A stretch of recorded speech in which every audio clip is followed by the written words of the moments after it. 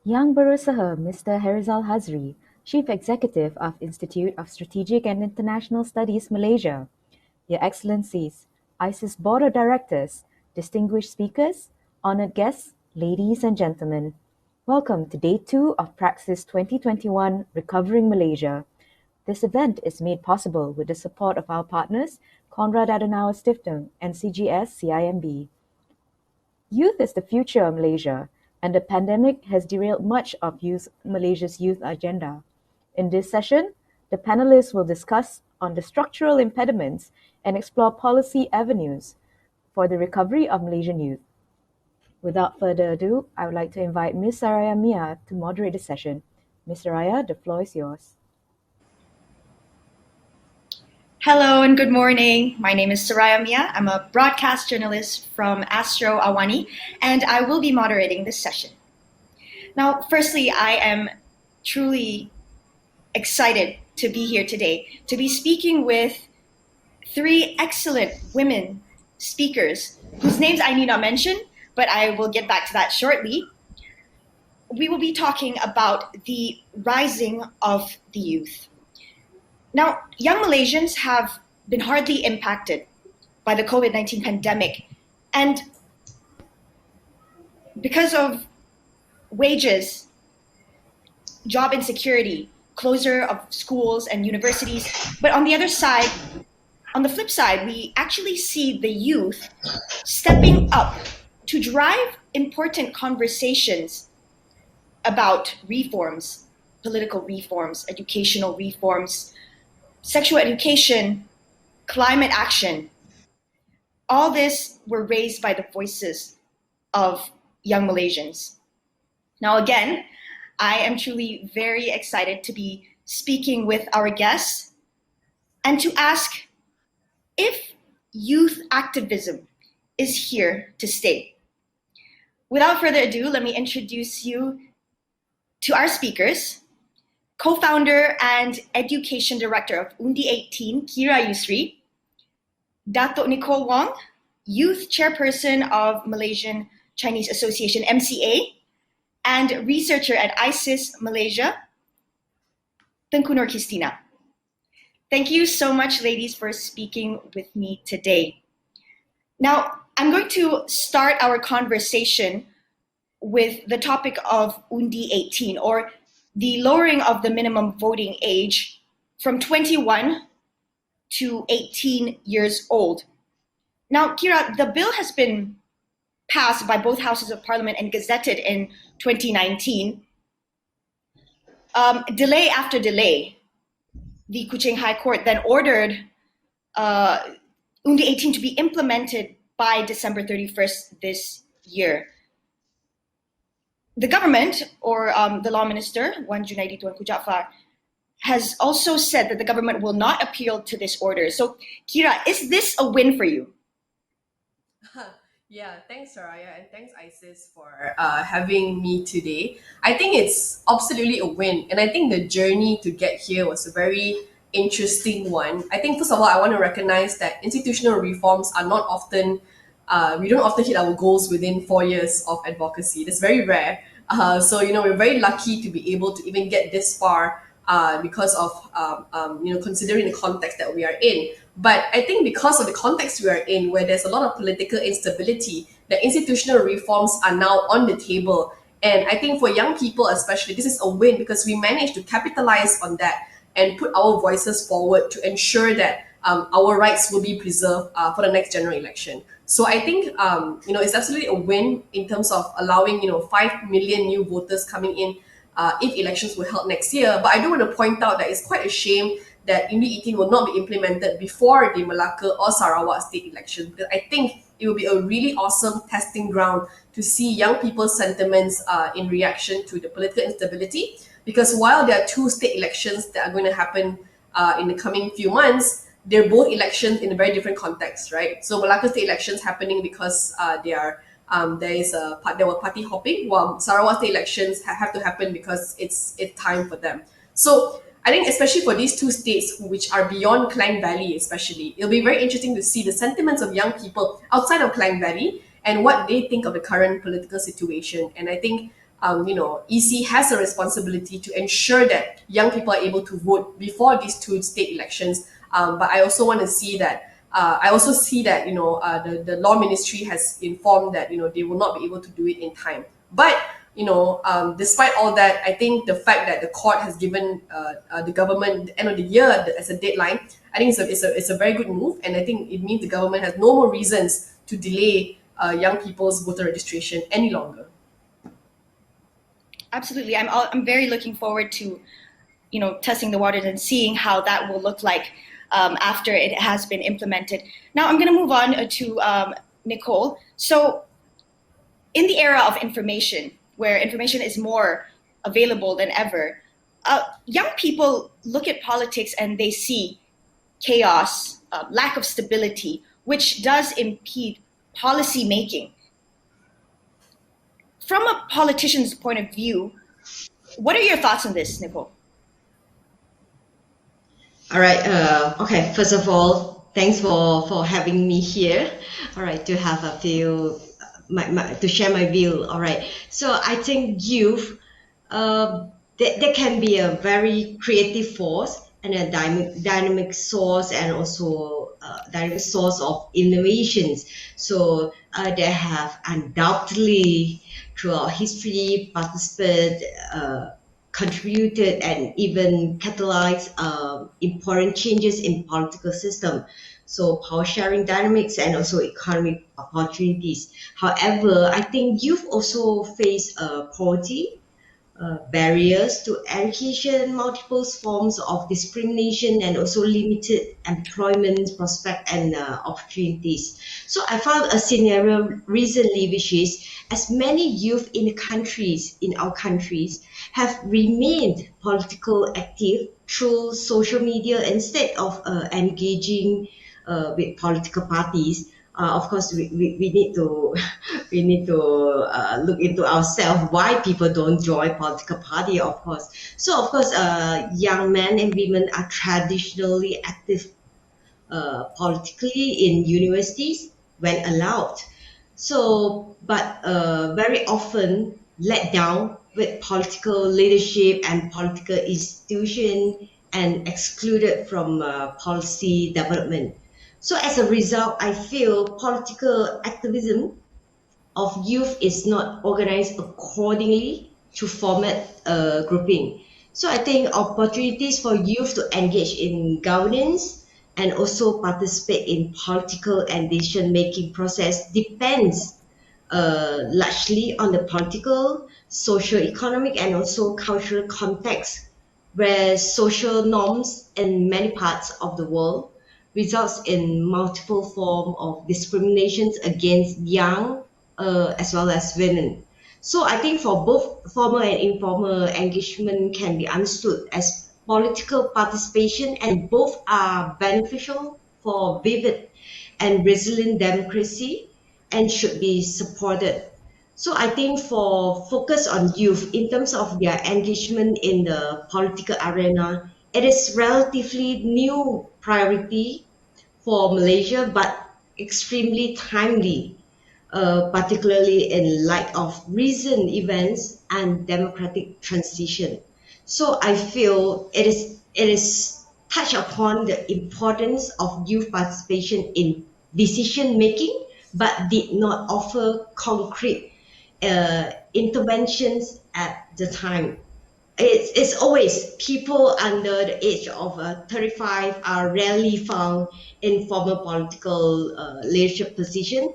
In some countries, eligibility for the national parliament start at they are 25 years old or even higher.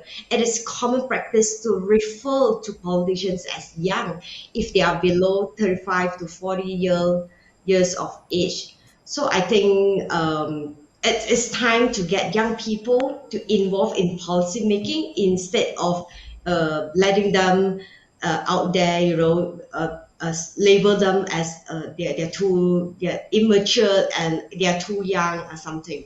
So I'm happy to see this, to experience this, and also work with them. Yes. Thank you, That's Sarah. an interesting point of view, but I will get back to the participation of youth later on. Now, I'm going to move on with Christina. So, in recent months or years, there have been a lot of talks about rape jokes or lewd jokes. Say, for instance, Ain Husniza, the schoolgirl who took to social media to share her experience of being thrown lewd jokes by her own school teacher. Now, Christina, why do you think there are still people unaware of the topic and how something very serious can be taken with such a light heart? Thank you so much for that question, Saraya.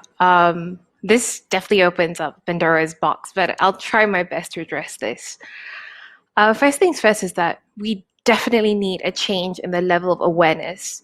We need to realize that there is a level of conscience that needs to be achieved when it comes to these rape jokes or anything that might be close to even sexual harassment. We need to make sure that our society understands what sexual harassment is. And for a start, we have the sexual harassment bill that's still pending, unfortunately. We can talk about its delay some of the time, but if I just may go into this, why it is relevant to girls in schools and not just for women in employment. So in 2019, a YouGov survey looked at sexual harassment in Malaysia, and they found that those who experienced sexual harassment, 24% of them experienced at the office, but a large portion of cases also happened at school or universities, and that was 22%. And legally, there are instruments to protect individuals at work. This includes tort law, penal code, as well as employment laws that exist. But none of this actually exists for those in school. And these are girls, these are future generations that we're talking about. And secondly, Ain's experience and her sharing of experience is groundbreaking. I think all of this experience, how much it changed the conversation, how much it showed everyone was talking about it. And she has become such a household name because of what she did. And she broke such a glass ceiling in actually being an activist and being young and a girl. And, you know, her experience itself shows how much girls are vulnerable to harassment, you know, and it begins at such an early and young stage. And this needs to change. Why? Because honestly, this goes beyond making a political statement or a social statement on gender equality and feminism. And I think we all kind of know how much of a stigma and judgment that comes with those terms, feminism and gender equality. But we also need to realize that there are economic and health costs to these sexual harassment.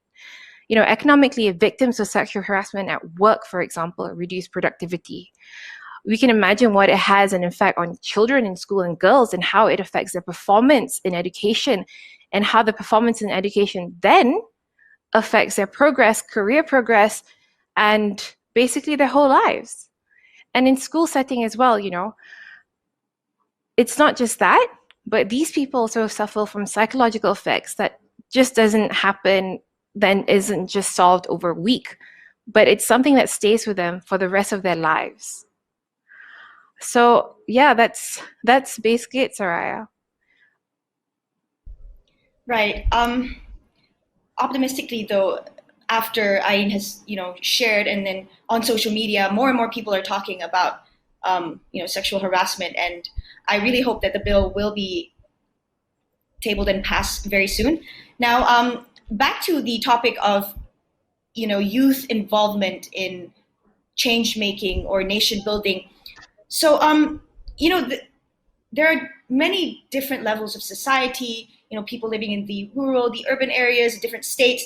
So, Kira, how would you say, what are the creative ways to actually get more and more young people interested and involved in things like, you know, policy making, nation building and change making and such? Yeah, I think the issue of getting people involved is always a question of like, what kind of involvement do you want to see from them, right? And what does involvement in a democracy or politics even mean, right? I think for the past 3 years or so, Undi 18 has always come from the perspective of like, okay, you know, in our advocacy, we utilize negotiation skills, advocacy skills, we lobby politicians, we engaged the media. But then this year, we participated in things like protests, right? We went to the streets, we organized online, offline protests. We made sure, we used different ways to get our voices heard and all that. And then you get different reactions each time. So previously, people would say Undi 18 is very, we're very tame, we're very like safe. And then this year we're like, oh, why are you guys going to the streets? You're very like, this is like a bad influence and things like that. So there are many different ways to get people to speak up and get young people to participate in politics. But the key idea here is that how do you create a platform or a safe space for young people to actually be brave enough to speak about their concerns and their issues? For example, like Ayn, she felt like social media was one of the safest ways for her to speak up because in school, there was no avenue for her to channel her complaints, right?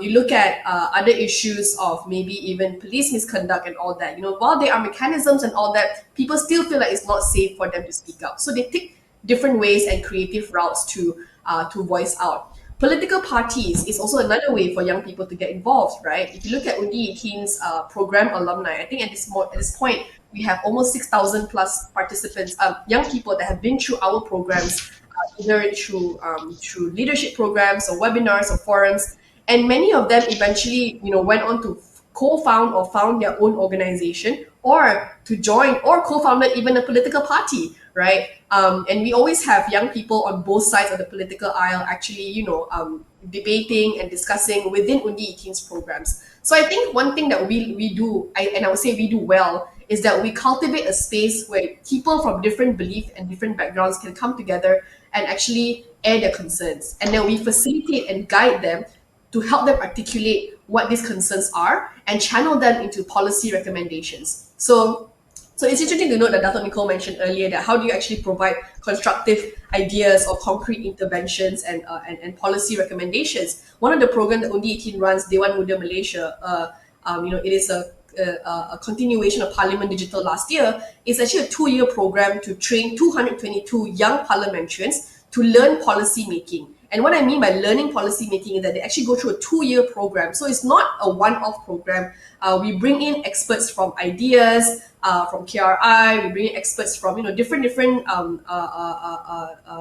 academicians, activists, politicians to come in and demystify policy making. So we tackle issues of freedom of speech. We tackle issues of water security. Tackle issues of access to higher education, where these young people can learn and they join these workshops and lectures and panels, and they also have to formulate their own policy recommendations. So they learn the process of writing a white paper. They learn the process of identifying problem statements, crafting solutions and stuff like that. So what happens is that young people are able to experience what actually goes behind the scenes when, especially for parliamentarians, So I always tell young people that our parliamentarians are a reflection of our society. And if we want to change and we want to have better parliamentarians, we have to have better educate ourselves on what are some of the policies that will be discussed in parliament, right? And the first step is to actually demystify the process of policy making.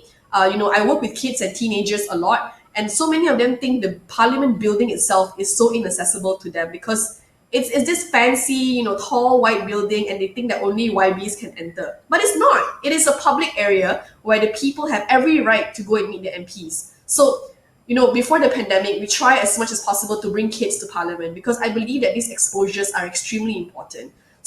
So my point earlier, to give an answer again to your main question, is that there are so many ways and interventions to introduce politics and policy making to young people. But the key is that how do you personalize these experiences to make sure that's actually beneficial for them, and to make sure they actually learn something and have good takeaways from it as well. So I think this is when I think after Undi 18, political education is going to get extremely interesting. It's going to be really, really. I think we hopefully we'll see educators, universities, and schools, even parents, taking creative ways to introduce politics to young people. I think previously only political parties take active steps to introduce politics to young people. But now with Undi 18, I think the urgency has become a lot more serious, and hopefully more institutions take up the responsibility to educate the next generation as well.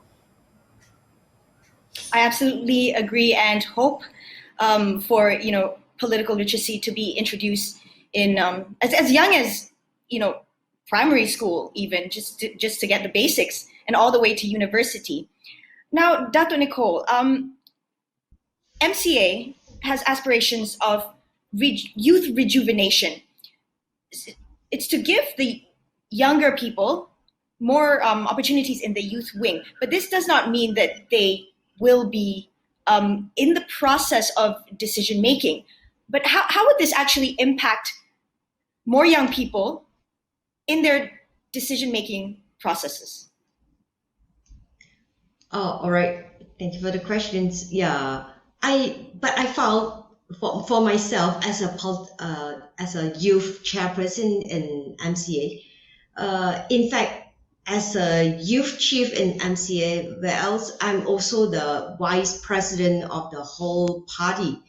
I would say that I'm eventually involved with decision making level, so that I think it is a good start for for us to, instead of letting youth wing to have some programs. That's all. Before this, usually we used to heard that yeah, you have your platform, you mingle around with your play with the kids, the youth and all that. But by now, as what Kira said, the political climate in Malaysia has been changed, totally changed. So I think a reset and restart has been taken place, so that by now MCA youth is not only focusing on engaging the youth as in having programs and all that, but we are also involved in policy making and also decision making level. Policy making, I would like to bring up this as well. Like, for example, currently we discuss about the recall bill, has been adjusted from the anti-hopping bill, because we found that anti-hopping bill is not that, it's against the constitutional level. So that we come up with recall bill to tell and then to share with people why we need this, as what Kira mentioned earlier. Malacca, why do have a PRN happen recently? Just because of somebody, hopping here and there. So it's good to educate our people, every one of us, not only youth level, to know that why we need to elect a representative who are responsible to us, to our votes and things like that. So I think we are already into this. I think it is a good start from my party, the empowerment of from the leadership. I appreciate that, but I think I need to do a lot more to engage people. As I mentioned earlier, youngster would actively involved in politics, but not joining the party. But of course, it is good that I saw only 18 and then Muda is having a lot of programs. By all means, giving education and information correctly conveyed to the young people. I think it should have do together, instead of you do it in silo, and somehow it's, as long as issue based, I think we shall work together regardless of we are the pembangkang or even government. So I think that's a new norm in political scenario in Malaysia. Thank you, Sari. Right, the recall election bill is something very interesting. If we do have time, we might touch base a little bit on that. Moving on. So, Kisina, the impacts of the pandemic has exacerbated the need for gender-sensitive budgeting. Now, first of all, you can explain what this means and how does this affect women and, most importantly, youth girls? How are girls vulnerable? Right. Thank you so much for that, Saraya. Gender-based, gender-responsive budgeting has indeed been something that has been discussed quite a bit in the past few weeks because of the budget coming up next week. But yeah, firstly, I'd like to talk about what gender-responsive budgeting is. We need to realize and understand that gender-responsive budgeting seeks to actually ensure that the collection and allocation of public resources is actually carried out in ways that are effective and they contribute to advancing gender equality and women's empowerment. Kind of to put in layman's term, it's basically making sure that women are being taken care of, that the government understands that there are issues that need specific allocations itself. And we also have to understand that budgets are also very important because budgets determine how public funds are raised, how they are used, and who benefits from them. So, Saraya, you've actually mentioned that the pandemic has affected and exacerbated the urge for gender responsive budgeting. Let me try to step back a little bit and break it down to answer your question and how it affects women and girls. Gender responsive budgeting itself would recognize the problems that girls and women face, especially after the pandemic.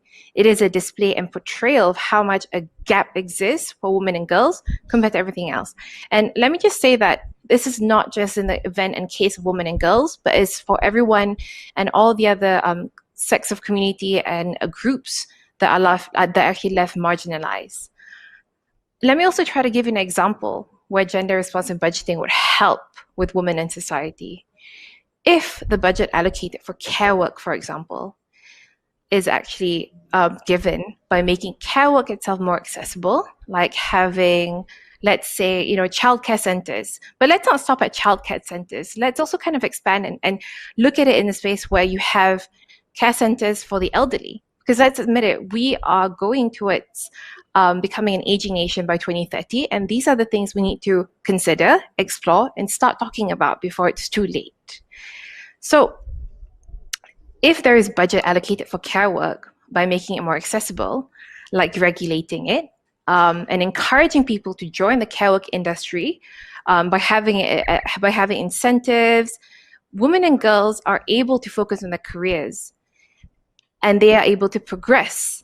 And then they are eventually able to hold more decision-making positions because, let's face it, they have the time, they have the energy. And this time and energy is actually usually spent on providing care work for those at home, children and the elderly, some of the examples I've mentioned just now. So you would then somehow be able to see more women becoming CEOs, being part of, board of directors, have PhDs, be in the parliament, and state legislative assemblies. The effects itself are very multifold. And indeed, I'd just like to highlight that there's been a lot of talk on the strains of care work or women and girls during the MCO. We all know how much mothers and sisters step in to take care of housework. The girls help the mom cook, clean, and sometimes, take care of the younger siblings and elderly. Like, kakak, you have to go and help your adik with their homework because of PDPR, right? And this is multiple as we spend so much of time at home during the MCO. In fact, during the MCO itself, and in 2020, the women's labor participation force dropped drastically. And according to DOSM, the Department of Statistics Malaysia, this is one of the reasons why is because of care work.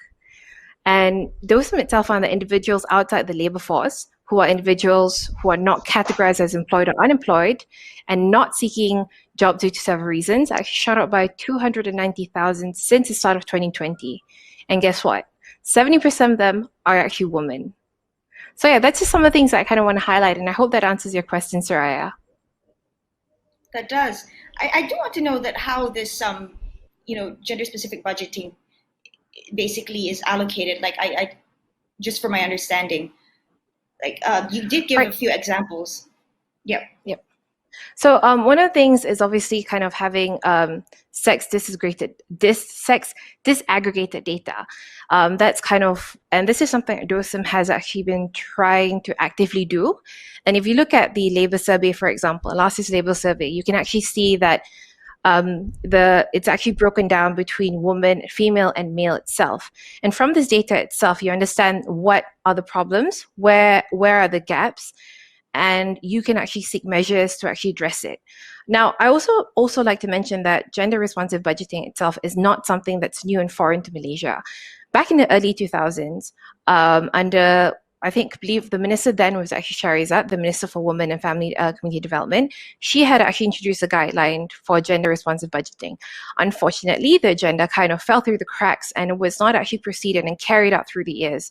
In 2021, right now, we're talking about it again. But that's also the other thing, right? We have all these tools that are in existence. Why aren't they used? Why are we not utilizing this? Because clearly there is a certain level of awareness and realization. But what happens to it? And I think one of the reasons, if you were to ask me, one of the reasons behind this is because of the political will. There's a need for a very strong push factor to make sure that this is actually being brought up to the attention of everyone and highlighted. And I believe that COVID-19 and the pandemic itself provides an opportunity where we can actually put this forward and say, hey, we need a gender responsive budgeting. We need to look at things. We need to take this into consideration.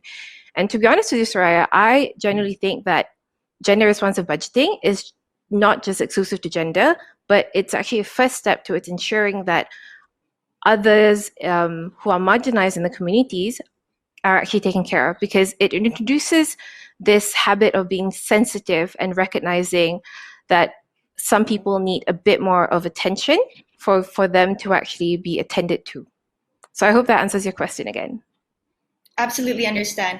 So basically, it's just a realization that more people need different kinds of attentions, and it's not really just on gender, but it's about age and different kinds of groups and levels of society. Now back to Undi 18. So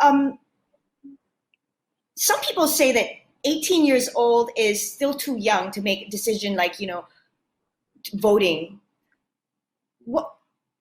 What do you actually think about this? Because I was having a conversation with some people recently, and well, actually it was my grandfather. He was saying that when he was 18 to 21, that was a time when he was discovering a lot of things about life and not that developed yet. So what do you think about this? Anyone who would want to answer?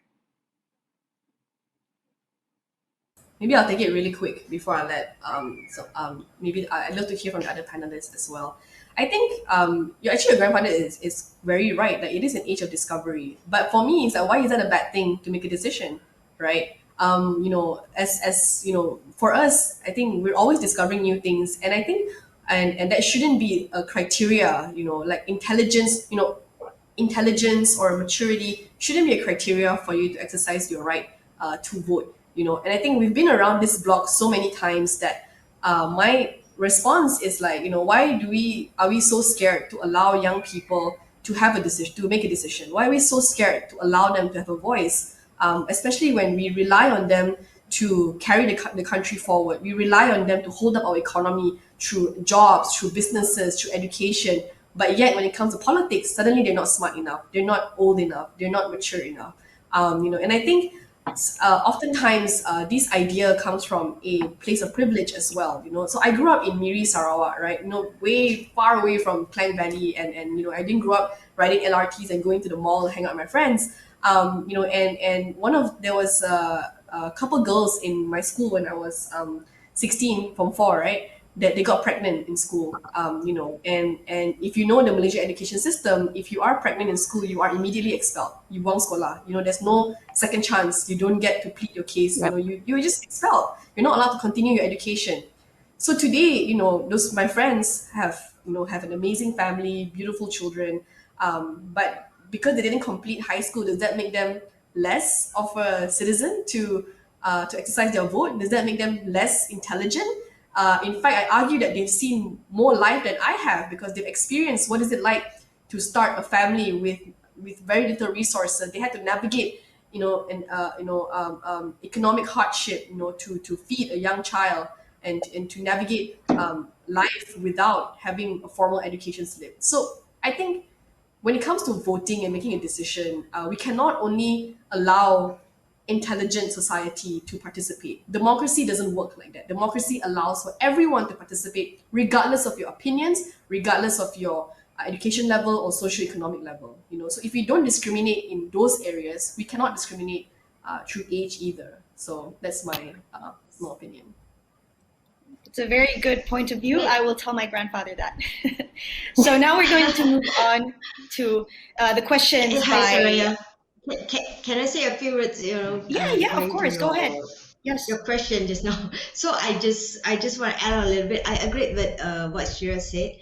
I just want to add on a little bit where it makes sense, which is the minimum requirement work as the age, is at 18 years old. Then why youth cannot vote at 80 years old? Does that make any sense? Okay, the logic is when they can start working at the age of 18, that means they also pay taxes. And when they pay taxes, they are an adult. They are they are there to be bridge for other young people, so they have someone to look up to, that they could also involve in politics and make an impact to society. So I think now that the youth have finally been given a voice, parties and also politicians who ignore their interests, before this, I think it's time to get more people to involve instead of judge them from age and all that. I would like to add in this. Yeah, thank you. Right, I agree. Now, we have a question from the online people online. So this one is for Dr. Nicole. Majority of youth are politically engaged online. What are the speaker's thoughts on this slacktivism and its efficiency in driving change in Malaysia? Sorry, this was an open-ended question to anyone who would like to answer. Maybe I can take this really quick because Undi 18 was an online campaign that became a reality. I think it's interesting to see how the dynamics of advocacy and activism has changed throughout the years. I think back then, you see the era of bursing where they can easily mobilize 500,000 people on the streets to make their voices heard. And of course, over the next few years, young people have taken the online space as a way to advocate for issues that they care about. And honestly, Malaysia is not the first to go to social media to talk about advocacy activism, right? This trend has been around since the Arab Spring. It has been around since the Black Lives Matter movement. They utilized online spaces so much that for the Arab Spring, they shut down the internet because of how influential and how damaging it was to the establishment. So I would say that in terms of efficacy, it's extremely high because you know for a fact that government is monitoring social media content, right? The fact that activists continuously gets harassed and interrogated and investigated under the Sedition Act or Section 233A under Communications Multimedia Act shows that social media is not a space where people ignore anymore. If what we say online truly doesn't matter, the state would not clamp down when we speak up online. So I think you can see that it's and also a great space for young people, especially political novices, to learn and experience different opinions without having to put themselves on the line. Because sometimes when you're not sure what you're saying, you can you I guess you feel like you're not smart enough to say it. But going online is a great way to begin learning all this things like jargons, political terms, and so on and so forth. Right. If I could just add as well, I think the online space is also great in terms of sharing the information for these protests and such, like what happened in Thailand, which also involved a lot of, well, most school university students. They were protesting, and they basically planned everything online, so they executed really well right there. Now, the next question will be for Christina. What is the most pressing priority for the youth right now? If you can get one policy wish granted, what would it be? Geez, I kind of really wish I was a genie, like a policy genie, Me too. Honestly, I don't think there's always only one. There are loads, but one thing that I think I really, really want to highlight, and thank you for giving me this opportunity to highlight this, is the situation of youth suicide and youth mental health. Mental health itself has been so synonymous with COVID-19. We have been shocked by suicide cases, and it becomes very close to our hearts, because sometimes when we read in the news, it's shocking. But unfortunately, at some point, it's become quite normalized. And I say this normalization of suicide itself is because it is a risk. It is a risk, but essentially and fundamentally, it cannot happen because suicide is not okay and mental health is very important. Now, if I may, Saraya, I kind of want to talk a bit more about how mental health is also associated to youth unemployment itself, you know. Um, There was actually a report and study released by Relate and Ideas on youth suicide, and I think I kind of want to start off with that. It was very much thought-provoking, groundbreaking, and it was something that was eye-opening for everyone because it is actually record of it. It was something where Befrienders, as we all know, is a helpline that has rose to its prominence quite recently in the past 2 years. And one of the things that they actually raised is the concerns on how much unemployment is actually affecting youth suicide. And as we all know, COVID-19 has had such big impact on employment itself. You know, we all heard and experienced that businesses are closing, people are laid off. COVID was indeed very disruptive. And this is more so to the youth and the fresh graduates. And let me remind you, and let us all remind ourselves that these fresh graduates are the ones who have just gone through a very grueling 3 to 4 year process of getting their degree, and you know, they're enthusiastic, wanting to get into the economy, wanting to be a part of the labor force, and then COVID happens. It's all disruptive. The expectations are affected, and not just that, they do not know what to do after that.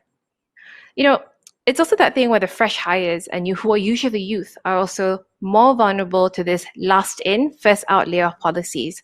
I'm not sure if everyone's heard of it, but it basically means whoever that has been hired recently are the first ones to go out. And we've heard a lot of this where people are laid off because of COVID-19. It also doesn't really help that Malaysian wages are among the lowest.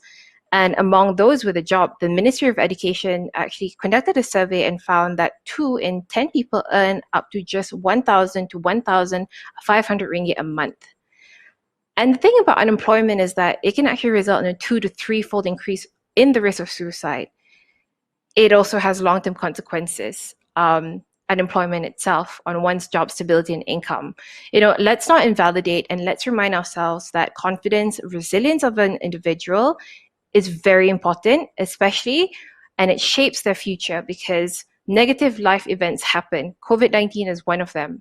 And one of the things that we need to ensure is that the resilience and confidence of these people, especially the youth individuals, are guided and taught so that it would actually benefit them in the long run. And let me also remind you that negative life events have actually been found to affect East Asian communities more than anything else, and is actually one of the driving reasons behind mental health issues actually happening itself. But I want to say this one thing though.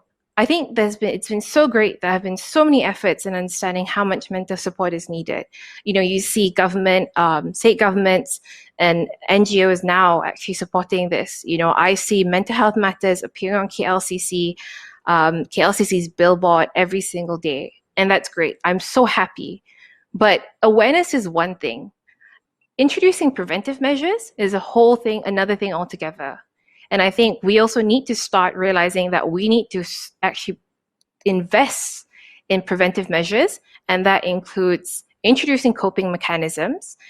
This, I must say, has been picked up a lot by a lot of NGOs who are actually mostly youth-run, to raise the level of awareness, to validate all these mental health issues that someone has, to link them up, to ensure that they are actually allocated and guided and given the right support.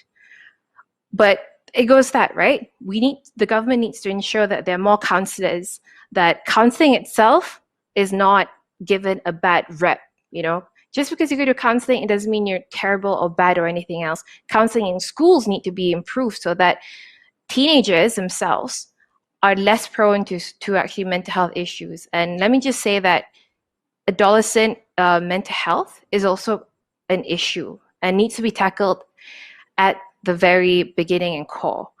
So yeah, that's it. I just want to highlight unemployment, youth suicide, mental health, and also the need for preventive measures and not just raising awareness. Hope that answers the question. Thank you, Saraya. Thank you so much for highlighting all of that, Christina. I also would like to say that the decriminalizing suicide move was definitely a good one, and it would encourage more people to be open to speak up about mental health. And I mean, I personally feel like everyone is, you know, going through something, and to speak about it would definitely help you unpack these certain things. Now, the next question here, which also kind of relates to the previous one that Christina was explaining about. So given the vulnerabilities from the pandemic, right, how can we equip the youth to be more prepared for the post-pandemic era? Anyone who would like to answer?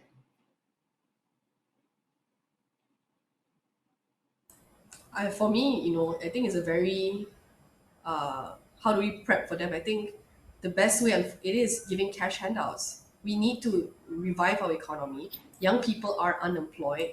They do not have sufficient. There's only so much programs that we can do because it will never reach everyone. But cash handouts works because it will allow people to have the freedom to figure out what they need and support themselves in that way. I know it's not a very popular idea, but I think speaking to a lot of young people, I think we're at a point of desperation whereby they don't see any other way out, and that leads to the phenomenon that Christina pointed out, right? Depression, high risk of depression, high risk of suicide. And I think it's so important to understand that it's not just COVID that has affected the death rates in Malaysia, but it's also mental health issues and job security, the instability of our education, opening, closing, and all that kind of stuff. But Kira, do you really believe that cash handouts would actually equip young people in the long run? Because we have been sort of living in a society where we're used to having that cash handout, that aid, and then it does make people. Are we really though? I don't think so. I don't think so. And even it's the mindset. I mean, I think even if we got we had some cash handouts before this under MOF, right? Like 500 ringgit, all that. But look at rent in Klang Valley. The rent is so high up our necks, and then we can barely even cover the cost of covering our rent, car loans. And every employer wants you to have a car now because you need to drive to work. And then you have employers who don't allow people to work from home. Then sometimes you see so many young people who have to, and I don't just mean like teenagers or students, but young parents, young families who have to go online to beg for people to give them financial support to buy milk, to buy food for their kids, to to pay rent so they don't get evicted from their homes. So I think we can of course go into reskilling, upskilling, and all that. And yes, maybe it's not super sustainable in the long term, but the short term, people are dying. So what are we doing to save people who are dying now, people who are depressed now, before we even think about the long term? So that's my personal perspective. Yeah. All right, interesting one. Now, this one is for Nicole. So how can we empower and encourage more women to take part in leadership roles? I think this question is not only for me. I think every one of us here, we are encouraging people to come into it. So I think we need to show by example. As it's not easy when women come into a leadership level and all that. But I can see that it's not only achieving at my post then considered as I'm achieved or I'm successfully there and things, but like Shira, like Christina, like Saraya, every one of us, like we can tell our views, we can speak openly, to show the maturity of ourselves, our. So I think this is a way that to shows everyone we are having equal opportunity at our countries. Sort of course, if we can fight for a better position, we can get a better deal, or we can make more changes that could be a good significant achievement for us. But that last but not least, we can't stop here. For women in, in fighting for all the way ups and things like that, we need to be consistent, we need to be determined, we need to be passionate. So I think no shortcut, nothing much, but need to work hard and show our commitment. Thanks, Saraya. Absolutely agree. There's no shortcuts for anyone. So yeah, that's a good point. Sorry. Uh, sorry. Is it okay if I address the Of course. question previously as well, and the question that was on empowerment itself? So I think the first question that you asked itself was how can we equip the youth to be sufficiently prepared for the post-pandemic era and beyond? Look, I don't know if I'm actually qualified as a youth anymore, but I have observed something that I think is absolutely remarkable. This is something that I must give props to Kira, because she's one of those who actually started this. I kind of really want to highlight the fact that, yes, we're in a COVID pandemic, it's all home ground. And one of the things that has been severely affected is the fact that the youth itself do not actually have a full experience of interning, for example. Everything is made online. How are you going to actually have the experience of building your skills for you to enter the job market, which has growingly become more and more competitive? I know a lot of people say, a lot of certain generations say that, oh, you guys are so spoiled, you want this and everything else, but you can't exactly compare apples and oranges, because what the employment and what the labor market was like 30 years ago in the 70s and 80s is not exactly what it is today. The inflation rates are different, prices are different, the living costs are all different. And I know the youth are quite upset because, everyone says that all we do is spend money on expensive lattes and avocado toast. But, it goes beyond that. But that's the thing, I think the youth itself is remarkable because you recognize a problem, which is you do not have the physical experience of going through the processes of working in an office. But in response to that, in the last year especially, I have really seen a rise and surge in online efforts, making sure that the youth are actually skilled and equipped with the skills for them to enter the job force. There's been so many leadership opportunities. One of the ones, and this is for girls and women itself, is Sri Kandi, which is under the One Woman Initiative that is linked to Undi 18. That's remarkable. You've linked up and you've educated so many youth on just not kind of like politics in Malaysia, but it's also the process of making an application for these programs.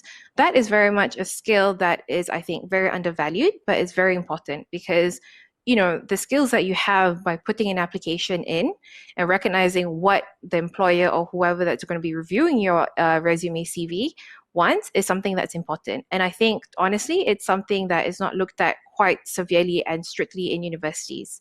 So I kind of just want to highlight that, if that's okay. If I can just move on to question number 4 itself. Oh, also, I also want to mention My Prodigy, which is another youth-based organization that hopes to actually not just upskill, but equip the youth with skills so that they can enter the job market. Moving on to question number 4 on empowerment. I think what's really important is making sure there's a push and pull factor.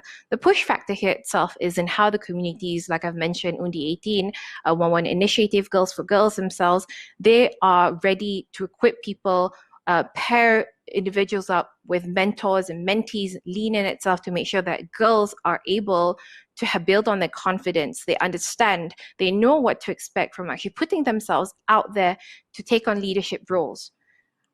When I was really young, when I was in high school, I didn't have any of that. I had to experience it myself, and there were many mistakes that were made. But we have that now, and we can do it in the comfort of our homes. The push factor itself, the pull factor itself is obviously giving women the opportunity to do that. One of the things that we have is male webinars, manuals.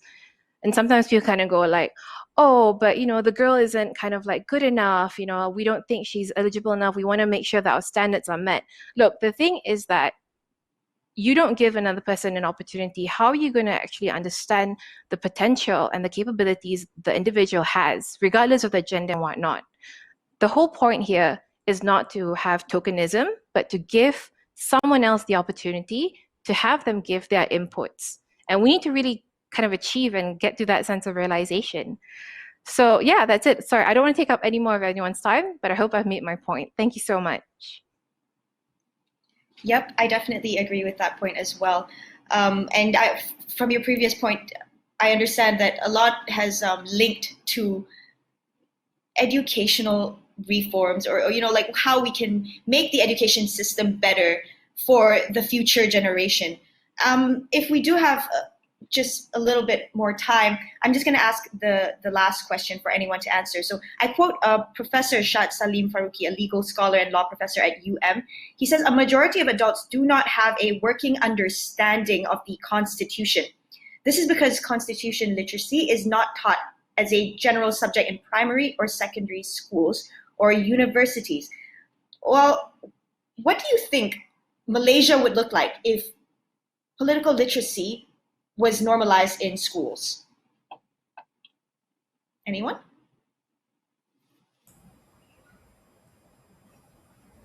Kira? I feel I've spoken a lot, so I was gonna. Okay, Go for it. I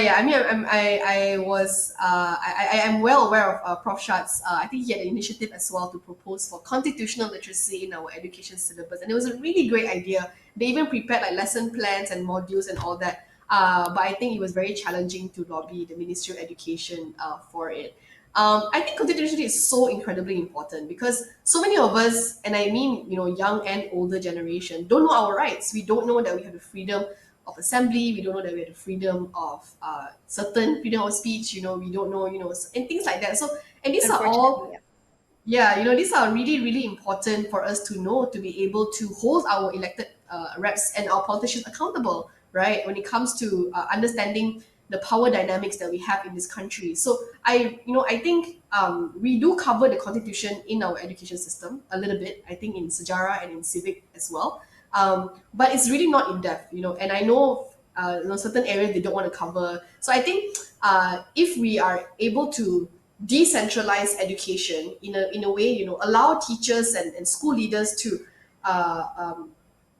tweak lesson plans according to the context of their schools and their students, I think we will have a much more robust education system, and we have a much more robust country, because in a way young people are able to learn and experiment on their own understanding, and sort of like build their own understanding of what our country should be, all guided in a safe space by teachers in our country, in our schools. So I think it's extremely important, and hopefully with Undi 18 you see the government will see the importance of this and implement this. One thing I want to call out though is that the Ministry of Education has now allowed for public schools to do student elections. So previously, before Undi 18, only MRSM schools are allowed to do school elections. I'm not sure if you guys know that. It's actually forbidden for other schools like SMK and all that to do school elections, for students to choose their ketua pelajar and things like that.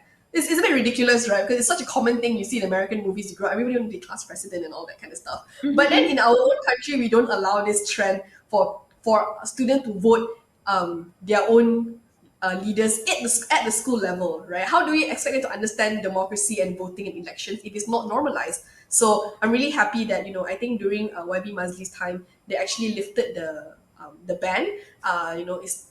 It's no longer diharamkan, so meaning that schools are now able to roll out elections at the school level to educate students about the value of democracy, the value of a vote, and so on. Yeah. Yep, I definitely agree on that one as well. So we have about 2 minutes left. Perhaps I'll just read out the last question if anyone want to quickly take it. What do you think about universal basic income as a social net for the affected people? I'm not too sure what universal basic income actually means. So please, if anyone would like to enlighten me in this.